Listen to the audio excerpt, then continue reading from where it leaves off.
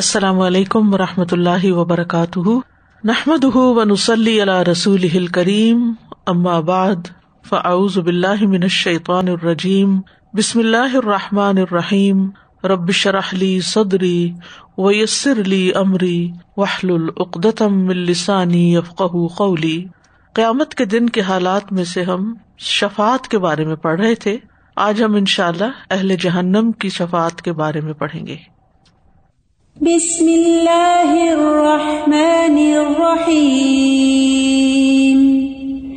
لا اقسم بیوم القیامہ ولا اقسم بالنفس اللوامہ، ایحسب الانسان ان لن نجمع عظامہ، بلا قادرین علی ان نسوی بنانہ، بل یرید الانسان لیفجر امامہ، یسأل ایان یوم القیامہ، فإذا برق البصر وخسف القمر وجمع الشمس والقمر، يقول الإنسان يومئذ أين المفر، كلا لا وزر إلى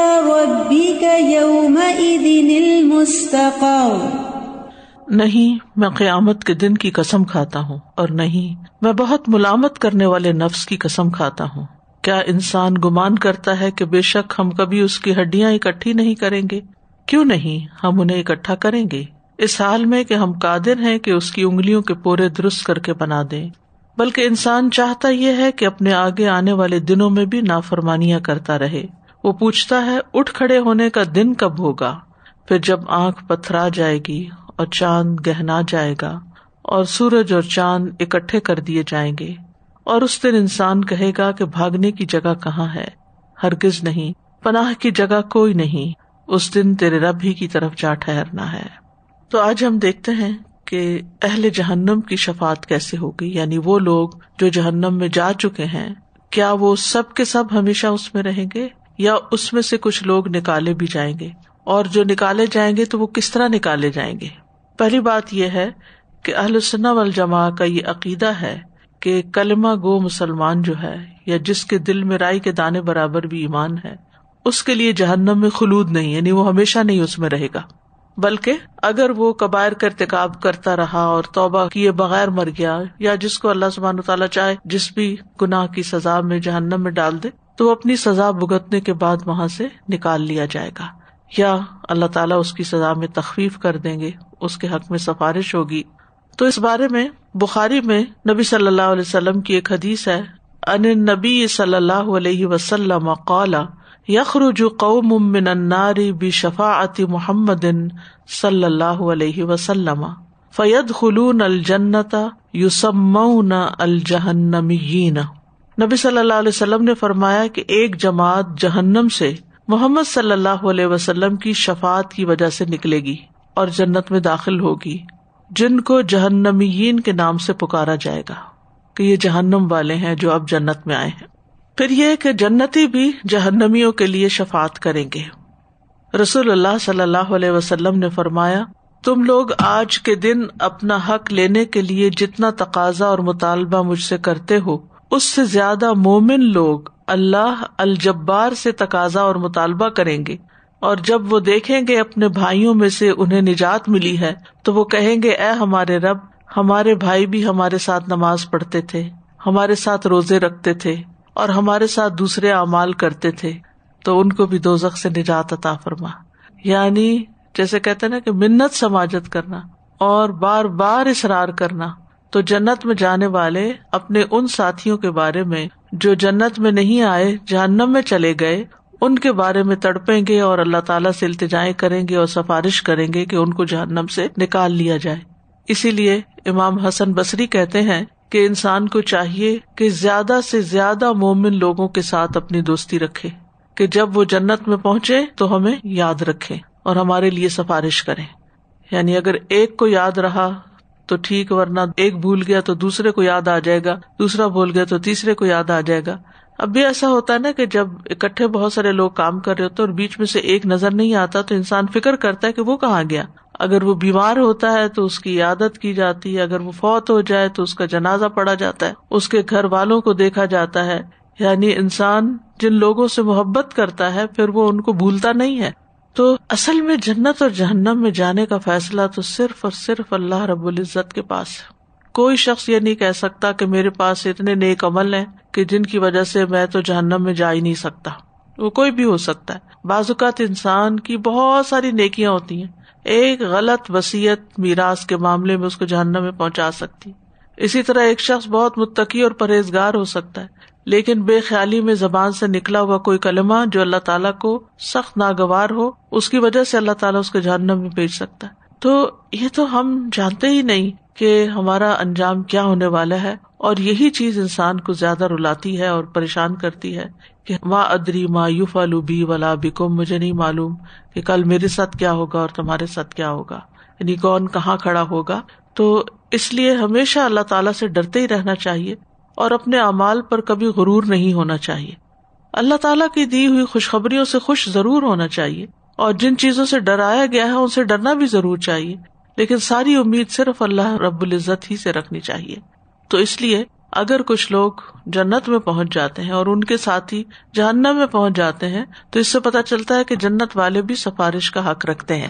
ٹھیک ہے، یعنی پہلے ہم نے پڑھا تھا نا کہ سب سے بڑی سفارش جو ہے وہ نبی صلی اللہ علیہ وسلم کی ہوگی، پھر اس کے بعد باقی انبیاء کی، پھر صدیقین کی، پھر شہداء کی، اور پھر صالحین کی. تو یہ جو صالحین کی شفاعت ہے، یہ صالحین جو عام مومن جنت میں ہوں گے، یہ ان کی شفاعت ہے. پھر اسی طرح قرآن کی شفاعت ہے، روزے کی شفاعت ہے.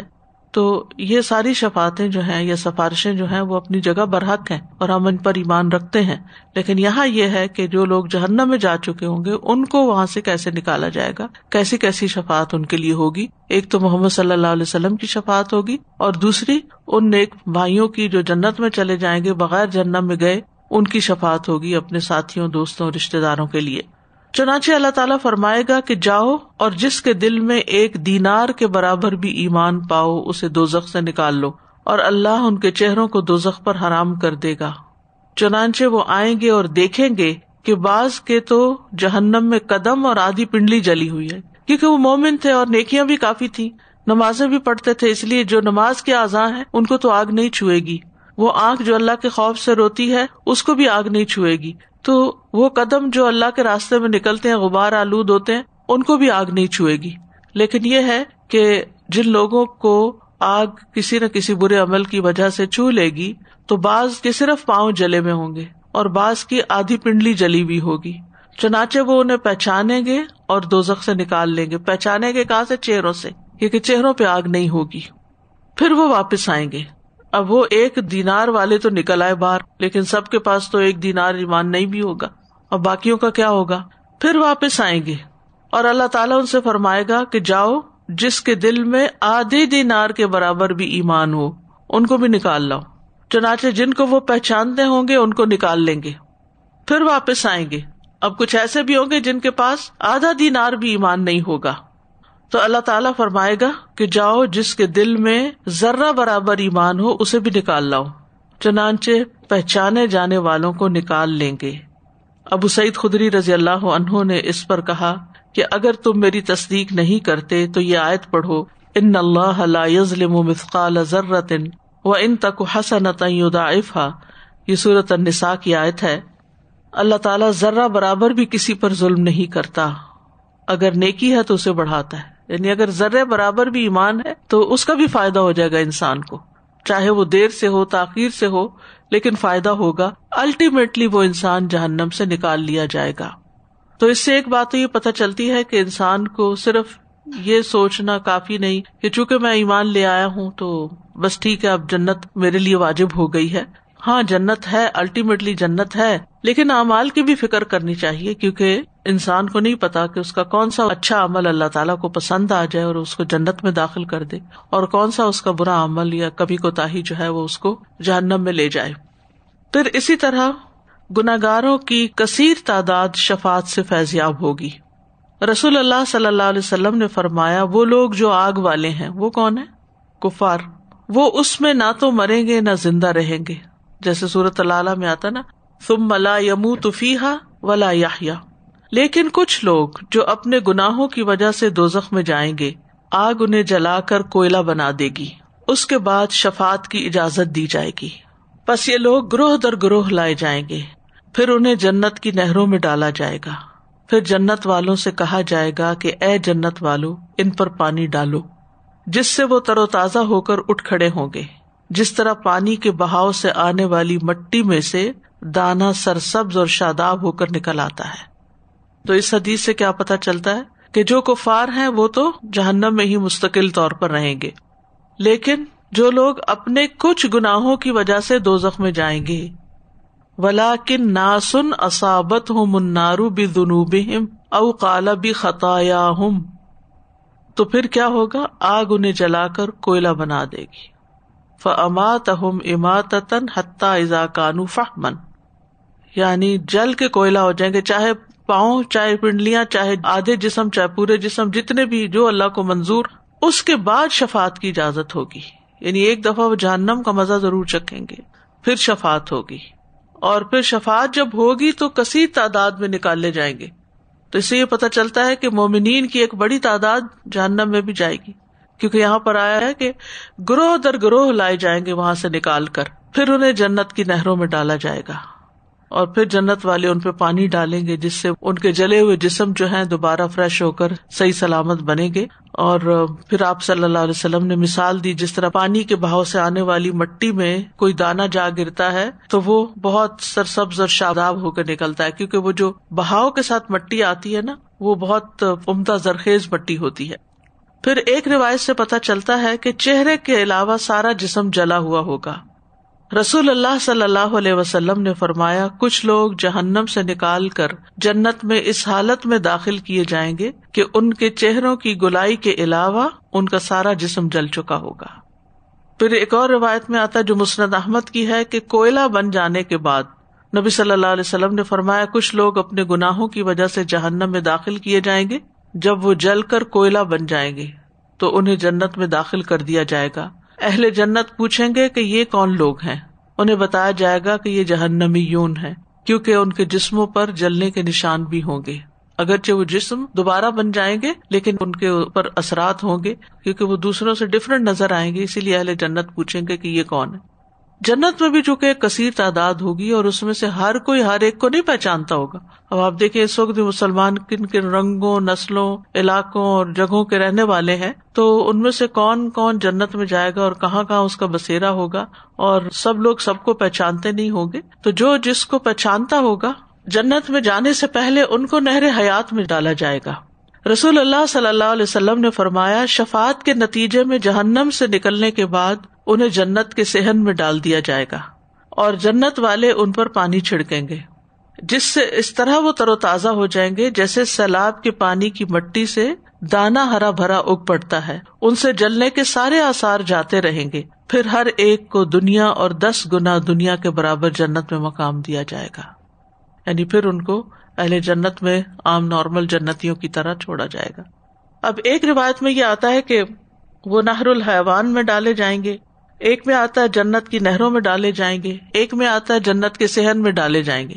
اب یہ ہو سکتا ہے کہ مختلف لوگوں کے ساتھ مختلف طرح کا معاملہ کیا جائے، یعنی ان حدیثوں میں ضروری نہیں کہ کنٹراڈکشن ہو کہ یہ کیا کہیں کچھ ہے کہیں کچھ نہیں. لوگوں کے جیسے ایمان کی حالت مختلف ہوگی، کسی کے اندر دینار برابر ایمان، کسی کے اندر آدھے دینار برابر، کسی کے اندر ذرہ برابر، تو پھر ان کے ساتھ اسی طرح کے معاملے بھی ہو سکتے ہیں. اور پھر یہاں اس حدیث سے یہ پتہ چلتا ہے کہ ان سے جلنے کے سارے آثار بھی جاتے رہیں گے، یعنی ابتدا میں ان کے اوپر نشان ہوں گے.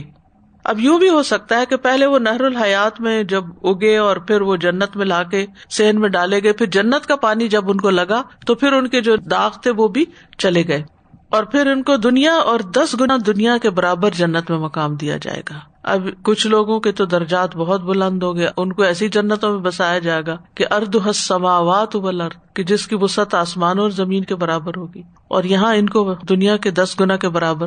اسی طرح ایک اور حدیث سے پتہ چلتا ہے کہ شفاعت کے بعد چھوٹی ککڑیوں کی طرح نکلیں گے. ککڑی کہتے ہیں تر کو، جیسے کیوکمبر ہوتا ہے، نبی صلی اللہ علیہ وسلم نے فرمایا کچھ لوگ دوزخ سے شفاعت کے ذریعے نکلیں گے گویا کہ الثعاریر ہوں. حماد کہتے ہیں کہ میں نے عمر بن دینار سے پوچھا کہ ثعاریر کیا چیز ہے. انہوں نے کہا کہ اس سے مراد چھوٹی ککڑیاں ہیں. جس طرح ککڑیاں جو ہیں ان کے اوپر ایک نشان سے ہوتے ہیں, ہو سکتا ہے اس سے تشبیہ دی گئی ہو, اور یہ بھی ہو سکتا ہے کہ جب وہ نکلے تو چھوٹے چھوٹے سائز میں نکلے, اور پھر اس کے بعد جب ان پر پانی ڈالا جائے جنت کا یا نہروں کا تو پھر ان کے جسم پراپر اگنا شروع ہو, اور پھر وہ پورے فل یعنی جنتیوں کا جو قد اور رنگ اور جو ان کی جسامت ہوگی, کیونکہ جنتی جو ہیں وہ حضرت آدم علیہ السلام کے سائز کے ہوں گے جن کا قد جو تھا وہ 60 گز تھا. یعنی جنت میں بھی اور جہنم میں بھی لوگوں کے یہ جو دنیا والے جسم ہیں ان سے بڑے جسم ہوں گے, جہنمیوں کے جسم بھی بہت بڑے ہو جائیں گے. ایک داڑھ جو ہے وہ ایک پہاڑ برابر ہو جائے گی. جنت میں آنے کے بعد ان کی خوشحالی کا کیا عالم ہوگا. مسند احمد کی روایت ہے, رسول اللہ صلی اللہ علیہ وسلم نے فرمایا جہنم میں ایک قوم ہوگی جو جہنم میں اس وقت تک رہے گی جب تک اللہ کی مشیت ہوگی, پھر اللہ ان پر رحم کرے گا اور انہیں جہنم سے نکال لے گا. تو یہ لوگ جنت کے قریبی حصے میں ہوں گے, پھر وہ الحیوان نامی ایک نہر میں غسل کریں گے. اہل جنت انہیں جہنمیون کہہ کر پکاریں گے. اب اس سے کیا پتا چلتا ہے کہ جہنم میں ایک قوم جو ہے وہ اس وقت تک جہنم میں رہے گی جب تک اللہ کی مشیت ہوگی. یعنی جنت والے تو جنت میں پہنچ کر پھر پریشان ہوں گے, ان کا فلاں نہیں پہنچا, اور وہ جا کے سفارش کریں گے اور انسسٹ کریں گے اور لوگوں کو نکالا جائے گا. لیکن ایک جماعت ایسی بھی ہوگی کہ جو جب تک اللہ چاہے گا وہ جہنم میں پڑی رہے گی. پھر اللہ تعالیٰ ان پر رحم کرے گا اور انہیں جہنم سے نکال لے گا. تو یہ لوگ جنت کے قریبی حصے میں ہوں گے, پھر وہ الحیوان نامی نہر میں غسل کریں گے. یعنی پہلے جہنم سے نکالا جائے گا, پھر جنت کے اندر نہیں, جیسے پچھلے کچھ لوگوں کو جنت کے اندر لایا گیا, یہاں قریبی حصے میں رکھا جائے گا اور پھر وہ نہر میں غسل کریں گے, پھر اس کے بعد آگے جائیں گے. اگر ان میں سے کوئی ایک شخص ساری دنیا کے لوگوں کی دعوت کرنا چاہے تو ان کے لیے بستروں کا بھی انتظام کر لے گا, کھانے پینے کا بھی انتظام کر لے گا, ان کے لیے رضائیوں کو بھی مہیا کر لے گا. اور غالباً راوی نے یہ بھی کہا کہ اگر ان سب کی شادی کرنا چاہے تو یہ بھی کر لے گا اور اسے کسی چیز کی کمی محسوس نہیں ہوگی. یعنی یہ سمجھا دیا گیا کہ جنت والوں کے پاس کیا کچھ نعمتیں ہوں گی. دنیا میں کسی کے پاس اس کا لاکھواں حصہ بھی نہیں ہوگا. یہاں تک اہل جہنم کی شفاعت کا باب ختم ہوا. سازا وہ ابھی جو آخری میں جو بات ہے اس سے وہ حدیث یاد آتی نا کہ جنت کے بارے میں کوئی گمان بھی نہیں کرتا, کسی نہ دل نے اس کو محسوس کیا, نہ دماغ اس کو سوچ سکتا ہے, نہ آنکھ دیکھ سکتی ہے کوئی. سازا جی مجھے خیال آ رہا تھا کہ یہ جو پہلے بات آئی نا کہ صالحین کی شفاعت ہوگی اپنے دوسرے ساتھیوں کے حق میں, یعنی as much as we desire کہ اللہ سبحانہ تعالیٰ کسی اور امتحان میں نہ ڈالے اور اپنی رحمت سے شامل کر لے, لیکن یہاں عمل کرتے ہوئے اپنی نیت کو بہرحال ہمیں اس سے ابو ہی رکھنا ہوگا نا, کہ اگر ہم کسی کے ساتھ خیر خواہی کر رہے ہیں تو اس لیے تو نہیں کریں گے کہ آپ مجھے یاد رکھیے گا, کوئی ایسا نہ ہو میں مس ہوں تو خیر یعنی کیونکہ اس طرح بعض اوقات آپس میں انسان کہنے بھی لگتا ہے. میں نے ایکچولی سنا بھی ہے لوگوں کو کہتے ہوئے نا کہ اچھا یہ ہماری سفارش کر دیں گے, ان کے ساتھ اس طرح کریں. یا جیسے کل بھی بات ہوئی تھی کہ جو لوگ جنت میں انشاءاللہ جن کے لیے شفاعت ہوگی کہ جن سے آپ کا معاملہ اچھا ہوگا وہ آپ کے لیے کریں گے, تو اب ہم معاملہ اچھا کرتے ہوئے تو یہ چیز نئی نیت میں آنے دیں گے نا کہ یہ کل کو ہماری جنت میں اپر لیول پہ لے جائیں. کیا اس میں گائیڈ لائن ہے؟ دیکھیں کوئی بھی نیک عمل ہے نا, ایک اصولی سی بات ہے, سب کچھ صرف اللہ کے لیے ہونا چاہیے, بالکل اللہ کی رضا کے لیے. یہ بات پہلے بھی ڈسکس ہوئی تھی ایک دفعہ کہ بعض اوقات ہم صرف اس لیے صدقہ کرتے ہیں کہ ہم بلا سے بچ جائیں, بعض اوقات اس لیے کرتے ہیں کہ ہمیں اور مل جائے. یہ ساری باتیں سیکنڈری ہیں. اصل میں یہ ہے کہ اللہ کی رضا اور اللہ کی خوشنودی کے لیے ہر کام کرنا چاہیے. جیسے ایک شخص نے کہا نا کہ کوئی شخص جہاد کرتا ہے کہ بہادر کہلائے, اور کوئی وطن کے لیے یا دنیا کا مال و متاع حاصل کرنے کے لیے, تو اللہ کے راستے میں کون سا ہے؟ تو آپ نے فرمایا صرف وہ ہے جو اللہ کے لیے فی سبیل اللہ کرتا ہے. تو کوئی بڑے سے بڑا معاملہ ہو, بڑے سے بڑی نیکی ہو, چھوٹی سے چھوٹی نیکی ہو, کرتے وقت یہی سوچنا چاہیے کہ میں اللہ کو راضی کر رہی ہوں, اور جب اللہ راضی ہو جائے گا تو بندے خود ہی راضی ہو جائیں گے. سادہ میرا ایک کوشچن تھا کہ یہاں پہ جتنا بھی ہم نے سنا اس میں ایمان کی اتنی ویلیو نظر آتی ہے, تو جب مومن جہنم میں جائیں گے جو اپنی غلطیوں کی وجہ سے, تو کیا ایک ہی جہنم ہوگی, کفار بھی اسی جہنم ہوں گے یا مومنوں کے جہنم ایک ہی ہوگی؟ درجے الگ الگ ہیں, لیکن یہ کہ آگے آئے گا کہ کفار کہیں گے کہ تمہاری نمازیں اور تمہارے نیک کام کس کام آئے کہ تم بھی ہمارے ساتھ ہی پڑے ہوئے ہو. تو اس وقت پھر ان کو نکال لیا جائے گا. تو وہ سورۃ الحجر میں آتا ہے نا کہ ربما یود الذین کفروا لو کانوا مسلمین. حسرت ہوگی نا کہ کہ اسلام کا جو فائدہ ان کو اس وقت پہنچے گا تو دوسرے لوگ بھی چاہیں گے کاش ہم بھی مسلمان ہوتے. جی مجھے چھوٹی سی بات یہ خیال آ رہی تھی کہ یہ جو اہل جنت پھر بار بار جا کے اللہ سبحانہ تعالیٰ کے پاس منتیں کریں گے، تو مجھے لگ رہا تھا کہ خیر خواہی دیکھیں وہاں جا کے بھی رہی، جن کے پاس دنیا میں ہے تو پھر وہیں پہ جا کے ان کو بھی وہ ہوگی. تو پھر وہ سورہ یاسین والا شخص بھی یاد آ رہا تھا جس کو لگا کہ میری قوم کو کاش معلوم ہوتا. اور استاذہ جی جہنمیون کے بارے میں پڑھ کے بہت زیادہ رونگٹے کھڑے ہو رہے تھے کہ یہاں پہ ہم تھوڑا سا کوئی کچھ کرنے لگتے ہیں تو ہمیں لگتا ہے کہ ہم ڈفرینٹ لگیں گے، حجاب پہن کے جائیں گے تو ڈفرینٹ لگیں گے، عبایا پہن کے جائیں گے تو ڈفرینٹ لگیں گے. اور وہاں دیکھیں وہاں جنت ہے اور وہاں ڈفرینٹ لگ رہے ہیں یہ لوگ. یہ جو ہے نا ربنا آتنا فی الدنیا حسنۃ وفی الآخرۃ حسنۃ وقنا عذاب النار، یہ بہت ہی ڈرنے کی بات ہے. انک من تدخل النار فقد اخزیتہ، جس کو تو نے آگ میں ڈال دیا اس کو تو نے رسوا کر دیا. وہ انتہائی شرمندگی کی بات ہوگی، کیونکہ وہاں سے نکل کر بھی جسم کے اوپر جو نشان ہے وہ لوگ دیکھیں گے یہ کون آئے، یہ جہنم والے آ گئے. سب سے آخر میں ارحم الراحمین کی شفاعت ہوگی اللہ سبحانہ و تعالیٰ کی، اور نرمی کرنے والے پر نرمی کرتے ہوئے جہنم سے اس کو نکال لیا جائے گا. جو دنیا میں نرمی کرتے ہیں اللہ تعالیٰ بھی ان پر نرمی کرے گا. مسند احمد کی روایت ہے. مسند احمد جو ہے نا اس وقت جو ایگزسٹنگ بکس ہیں ان میں سے سب سے بڑی کتاب ہے حدیث کی. امام احمد جو تھے انہوں نے جو حدیثیں کلیکٹ کی ہیں، اس وقت احمد شاکر نے اس کی ایڈیٹنگ کی ہے، مصر کے ایک اسکالر ہیں، اور 50 والیومز میں وہ چھپی ہوئی ہے. ٹھیک ہے، اور وہ مسند ہے، صحابہ کے نام سے احادیث ہیں، یعنی آپ کو وہاں بخاری کی طرح ٹاپک وائز حدیثیں نہیں ملیں گی. مثلاً ابو ہریرہ رضی اللہ عنہ کی کتنی حدیثیں وہ ساری آپ کو اکٹھی ایک جگہ ملیں گی. حضرت عائشہ کی حدیثیں کتنی ہیں وہ ساری آپ کو ایک جگہ مل جائیں گی. اسی طرح سارے صحابہ سے جو احادیث روایت ہیں وہ سب ایک ایک جگہ مل جائیں گی. اگرچہ اس کلیکشن میں کچھ ضعیف احادیث بھی ہیں اور اس کی تخریج وغیرہ بھی ہو رہی ہے، لیکن کہنے کی بات یہ ہے کہ ایک شخص نے اپنی ایک زندگی لگائی اور اتنا بڑا سرمایہ ہمارے لیے اکٹھا کیا. امام احمد جو تھے وہ نہ صرف یہ کہ محدث تھے بلکہ فقیہ بھی تھے، اور 4 اسکول آف تھاٹس جو ہیں فقہا کے ان میں سے سب سے آخری امام احمد ہیں. اور ان کے نہ صرف یہ کہ فقہ بلکہ حدیث اور عقیدے کے اوپر بھی انہوں نے کام کیا ہے. اور انہوں نے ہی خلق قرآن کے مسئلے میں جب انکار کیا تو ان کو بہت سزا بھی دی گئی. تو بہت بڑے اسکالر ہیں. ہم نے کبھی یہ کتابیں دیکھی بھی نہیں ہے، یعنی افسوس کے ساتھ کہنا پڑتا ہے نا کہ اتنی محنت جس پر ہوئی ان چیزوں کو ہم نے نہ خود دیکھا نہ اپنے بچوں کو دکھایا. ہم میوزیم دکھانے لے جاتے ہیں، ہم مختلف چیزوں کے بارے میں بتاتے رہتے ہیں، لیکن کبھی تو انسان نکال کے ایک کتاب دیکھے کہ حضرت عائشہ سے کون کون سی حدیثیں ہیں، کس کس طرح کی ہیں.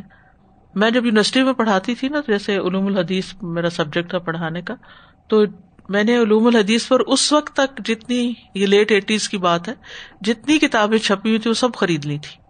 اور جب میں کلاس میں جاتی تھی تو پورا پائل میں ساتھ اٹھا کے لے کے جاتی تھی. اور جو میں انٹروڈیوس کراتی تھی کہ سب سے پہلی کتاب یہ رام ہرمزی کی چھپی ہے المحدث الفاصل، تو وہ پھر میں نکال کے دکھاتی تھی یہ کتاب ہے، پھر دوسری یہ ہے، پھر تیسری، اس کے بعد یہ، اس کے بعد یہ، اس کے اب تک کی کیا چھپی ہیں جو اویلیبل تھیں. جہاں بھی ہم گئے ہم نے بہت کتابیں خریدی.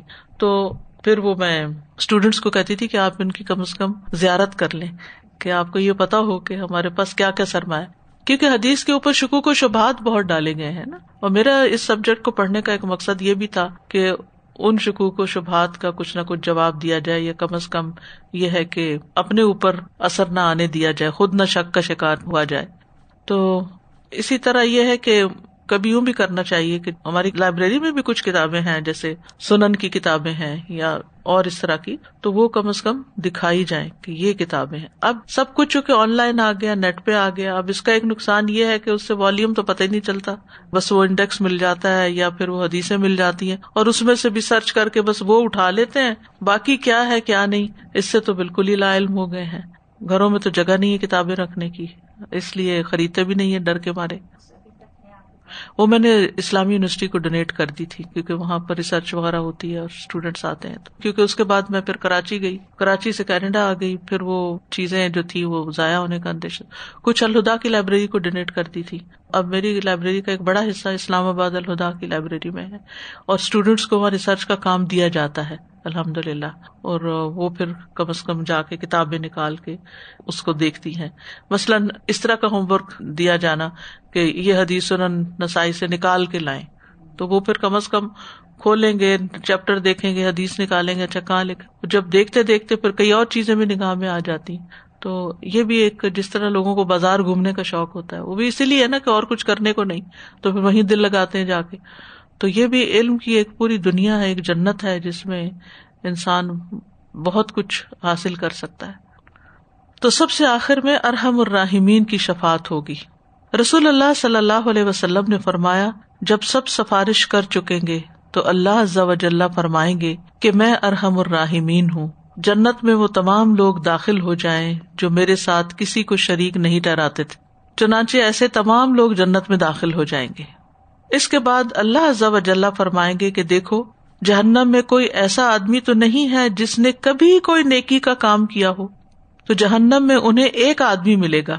اللہ تعالیٰ اس سے پوچھیں گے, کیا کبھی تو نے کوئی نیکی کا کام بھی کیا ہے؟ وہ جواب میں کہے گا نہیں, البتہ میں لین دین میں لوگوں سے نرمی کیا کرتا تھا, معاملہ نرم کرتا تھا لوگوں سے. اللہ تعالیٰ فرمائیں گے, جس طرح یہ میرے بندوں سے نرمی کرتا تھا تم بھی اس سے نرمی کرو. اس کے بعد فرشتے جہنم سے ایک اور آدمی کو نکال کر لائیں گے. اللہ تعالیٰ اس سے پوچھیں گے, تو نے کبھی کوئی نیکی کا کام کیا؟ وہ کہے گا نہیں, البتہ میں نے اپنی اولاد کو یہ وصیت کی تھی کہ جب میں مر جاؤں تو مجھے آگ میں جلا کے میری راکھ کا سرما بنانا اور سمندر کے پاس جا کر اس راکھ کو ہوا میں بکھیر دینا. اس طرح رب العالمین مجھ پر قادر نہ ہو سکے گا. اللہ عز و جل پوچھیں گے کہ تو نے یہ کام کیوں کیا؟ وہ جواب دے گا, تیرے خوف کی وجہ سے. اللہ عز و جل اس سے فرمائیں گے کہ سب سے بڑے بادشاہ کا ملک دیکھو, تمہیں اسی کی مانند اور اس جیسے 10 ملکوں کی حکومت ہم نے عطا کر دی. وہ کہے گا, اے رب, تو بادشاہوں کا بادشاہ ہو کر مجھ سے مذاق کرتا ہے. یعنی اس کو یقین نہیں آئے گا کہ واقعی مجھے اتنا کچھ ملنے والا ہے. نبی صلی اللہ علیہ وسلم اس کی یہ بات سن کر مسکرا دیے. تو اس سے کیا پتا چلتا ہے کہ نرمی کرنا اور اللہ کا خوف اختیار کرنا یہ وہ چیزیں ہیں کہ جو بالآخر انسان کو جہنم سے نکال دیں گی. تو کچھ لوگ ایسے ہوں گے جنہوں نے کبھی کوئی خیر کا کام نہیں کیا, پھر بھی ان کی چھوٹی سی کوئی نیکی ہوگی جس کی وجہ سے وہ نکال دیے جائیں گے. کیونکہ وہ دیکھیں نا, اللہ پر ایمان تھا تو تبھی ڈر تھا نا, اسی وجہ سے. اللہ عز و جل فرمائیں گے, فرشتوں نے شفاعت کر دی. اب یہ صحیح مسلم کی روایت ہے, چونکہ تھوڑی سی چیزیں فرق ہیں اس میں, معنی وہی ہے لیکن ڈیٹیل فرق ہے. فرشتوں نے شفاعت کر دی, انبیاء نے شفاعت فرما دی, مومنوں نے شفاعت کر دی, اور ارحم الراحمین کے علاوہ کوئی ذات بھی باقی نہ رہی. چنانچہ اللہ تعالیٰ ایک مٹھی بھر آدمیوں کو جہنم سے نکالیں گے. یہ وہ آدمی ہوں گے جنہوں نے کوئی بھلائی نہیں کی ہوگی اور یہ جل کر کوئلہ ہو گئے ہوں گے. اللہ تعالیٰ ان لوگوں کو ایک نہر میں ڈالیں گے جو جنت کے دروازوں پر ہوگی. دیکھ رہے ہیں اب, کچھ صحن کے اندر ہے کچھ باہر ہے, جس کا نام نہر الحیات ہے. وہ اس میں اتنی جلدی تر و تازہ ہوں گے جس طرح کہ دانا پانی کے بہاؤ میں کوڑے کچرے کی جگہ اگاتا ہے. تم دیکھتے ہو کبھی وہ دانا پتھر کے پاس ہوتا ہے, کبھی درخت کے پاس, اور جو سورج کے رخ پر ہوتا ہے وہ زرد یا سبز اگتا ہے, اور جو سائے میں ہوتا ہے وہ سفید رہتا ہے. صحابہ نے عرض کیا, اللہ کے رسول, آپ تو ایسے بیان فرما رہے ہیں گویا آپ جنگل میں جانوروں کو چراتے رہے ہوں, یعنی اس طرح کے سارے پودے آپ نے خود دیکھے ہوں. پھر آپ نے فرمایا, وہ لوگ اس نہر سے موتیوں کی طرح چمکتے ہوئے نکلیں گے اور ان کی گردنوں میں سونے کے پٹے پڑے ہوئے ہوں گے, جن کی وجہ سے جنت والے ان کو پہچان لیں گے کہ یہ اتقاء اللہ ہیں, اللہ کے آزاد کردہ غلام ہیں. عتیق کہتے ہیں نا آزاد کردہ کو, جنہیں اللہ تعالیٰ نے بغیر کسی عمل کے اور بغیر کسی نیکی کے جو انہوں نے آگے بھیجی دوزخ سے آزاد فرما دیا. یہ خاص اللہ سبحانہ تعالیٰ کی رحمت اور مرسی کا ایک حصہ ہوگا. اور پھر اللہ تعالیٰ ان سے فرمائیں گے, جنت میں داخل ہو جاؤ اور تم جس چیز کو بھی دیکھو گے وہ چیز تمہاری ہو جائے گی. وہ لوگ کہیں گے, اے ہمارے رب, تو نے ہمیں وہ کچھ عطا فرما دیا جو جہان والوں میں سے کسی کو بھی عطا نہیں کیا تھا. اللہ تعالیٰ فرمائیں گے, تمہارے لیے میرے پاس اس سے افضل چیز ہے. وہ کہیں گے, اس سے افضل کیا ہو سکتا ہے؟ اللہ تعالیٰ فرمائیں گے, میری رضا. آج کے بعد میں تم پر کبھی ناراض نہیں ہوں گا. یہ اصل خوشی کی بات ہے کہ اللہ تعالیٰ کبھی ناراض نہ ہو.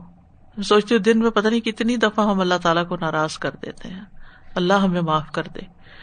وہ ریئلائز بھی نہیں ہم کرتے اور چلتے پھرتے ہیں اور اس کا رزق کھاتے ہیں اور سانس لیتے ہیں اور ساری نعمتیں استعمال کرتے ہیں.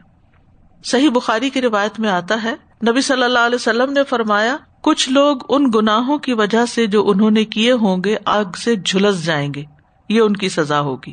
جھلس جائیں گے، صرف کوئلہ نہیں ہوں گے بلکہ کیا ہوگا، جھلس جائیں گے. پھر اللہ اپنی رحمت سے انہیں جنت میں داخل کرے گا اور انہیں جہنمیون کہا جائے گا. یعنی یہ شفاعت کے بغیر اللہ کی رحمت کی بنا پر جنت میں جائیں گے. پھر مسند احمد کی ایک اور روایت ہے کہ اللہ کے علم اور رحمت کی وجہ سے جہنم سے جو لوگ نکلیں گے، رسول اللہ صلی اللہ علیہ وسلم نے فرمایا جب اہل جنت اور اہل جہنم میں امتیاز ہو جائے گا، الگ الگ ہو جائیں گے، اور جنتی جنت میں اور جہنمی جہنم میں داخل ہو جائیں گے، تو انبیاء کھڑے ہو کر سفارش کریں گے. ان سے کہا جائے گا جاؤ اور جس جس کو پہچانتے ہو اسے جہنم سے نکال لاؤ. نبی صلی اللہ علیہ وسلم ہمیں کس چیز سے پہچانیں گے؟ وضو کے اعضاء کے چمکنے کی وجہ سے. چنانچہ وہ انہیں نکال لائیں گے اور اس وقت ان لوگوں کے چہرے جھلس چکے ہوں گے. پھر انہیں نہر حیات میں غوطہ دیا جائے گا. جب وہ وہاں سے نکلیں گے تو ان کی ساری سیاہی نہر کے کنارے ہی گر جائے گی اور وہ ککڑیوں کی طرح چمکتے ہوئے نکلیں گے. اس کے بعد انبیاء دوبارہ سفارش کریں گے. ان سے کہا جائے گا کہ جاؤ جس کے دل میں قرات کے برابر بھی ایمان پاؤ اسے جہنم سے نکال لاؤ. چنانچہ وہ بہت سے انسانوں کو نکال لائیں گے. پھر سفارش کریں گے.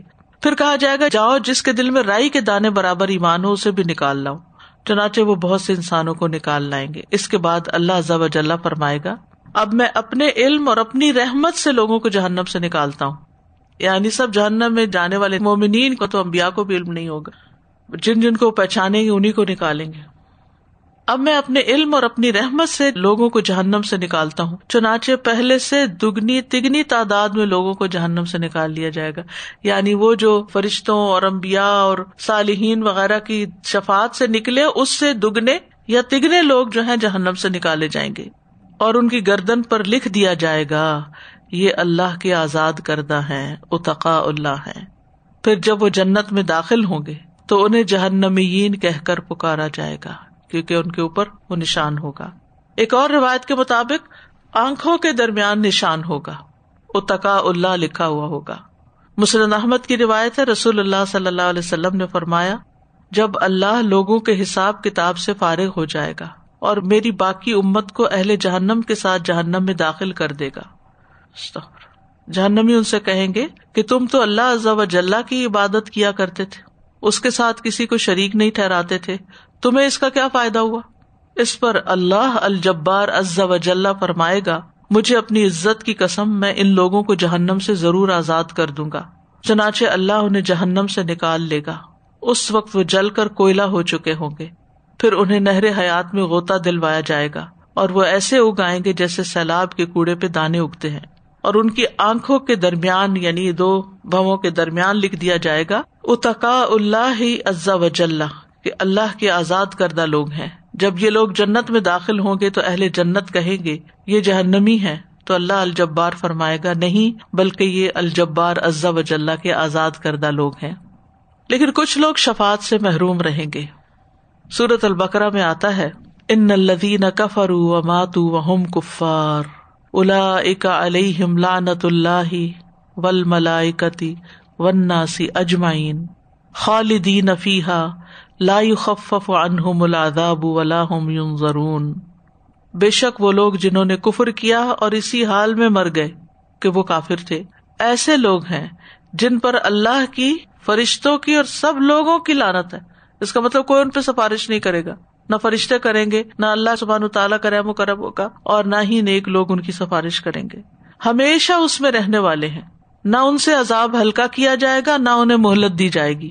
لا یخفف عنہم العذاب ولا هم ینظرون. سورۃ النساء میں آتا ہے 48 ان اللہ لا یغفر ان یشرک بہ ویغفر ما دون ذلک لمن یشاء. بے شک اللہ اس بات کو نہیں بخشے گا کہ اس کا شریک بنایا جائے، اور وہ بخش دے گا جو اس کے علاوہ ہے جسے چاہے گا. تو اس کا مطلب یہ کہ کفار اور مشرکین بھی جہنم میں ہمیشہ رہیں گے. تو شرک جو ہے یہ انسان کے لیے بہت بڑی مصیبت کی بات ہے. نبی صلی اللہ علیہ وسلم نے فرمایا قیامت کے دن میں اپنے رب سے اس کے گھر میں آنے کے لیے اجازت چاہوں گا، مجھے اس کی اجازت دی جائے گی. پھر میں اللہ تعالیٰ کو دیکھتے ہی سجدے میں گر پڑوں گا اور اللہ تعالیٰ مجھے جب تک چاہے گا اسی حالت میں رہنے دے گا. پھر فرمائے گا اے محمد سر اٹھاؤ، کہو سنا جائے گا، شفاعت کرو تمہاری شفاعت قبول کی جائے گی، مانگو دیا جائے گا. پھر میں اپنا سر اٹھاؤں گا اور اپنے رب کی حمد و ثنا کروں گا جو وہ مجھے سکھائے گا. پھر میں شفاعت کروں گا، چنانچہ میرے لیے حد مقرر کی جائے گی اور میں اس کے مطابق لوگوں کو دوزخ سے نکال کر جنت میں لاؤں گا کہ اتنے لا سکتے ہیں آپ. پھر میں دوسری مرتبہ اپنے رب سے اس کے گھر میں آنے کے لیے اجازت چاہوں گا، مجھے اس کی اجازت دی جائے گی. پھر میں اللہ تعالیٰ کو دیکھتے ہی سجدے میں گر پڑوں گا اور اللہ تعالیٰ مجھے جب تک چاہے گا اسی حالت میں رہنے دے گا. پھر فرمائے گا محمد سر اٹھاؤ، کہو سنا جائے گا، شفاعت کرو تمہاری شفاعت قبول کی جائے گی، مانگو دیا جائے گا. پھر میں اپنا سر اٹھاؤں گا اور اپنے رب کی حمد و ثنا کروں گا جو وہ مجھے سکھائے گا. پھر میں شفاعت کروں گا، چنانچہ میرے لیے حد مقرر کی جائے گی اور میں اس کے مطابق لوگوں کو دوزخ سے نکال کر جنت میں داخل کروں گا. پھر تیسری مرتبہ اپنے رب سے اس کے گھر کے لیے اجازت چاہوں گا، مجھے اجازت دی جائے گی. پھر میں اللہ رب العزت کو دیکھتے ہی اس کے لیے سجدے میں گر پڑوں گا اور اللہ تعالیٰ جب تک چاہے گا مجھے یوں ہی چھوڑے رکھے گا. پھر فرمائے گا اے محمد سر اٹھاؤ، کہو سنا جائے گا، شفاعت کرو قبول کی جائے گی، مانگو دیا جائے گا. آپ نے بیان کیا کہ میں اپنا سر اٹھاؤں گا اور اپنے رب کی ایسی حمد و ثنا کروں گا جو وہ مجھے سکھائے گا. پھر شفاعت کروں گا اور میرے لیے حد مقرر کر دی جائے گی.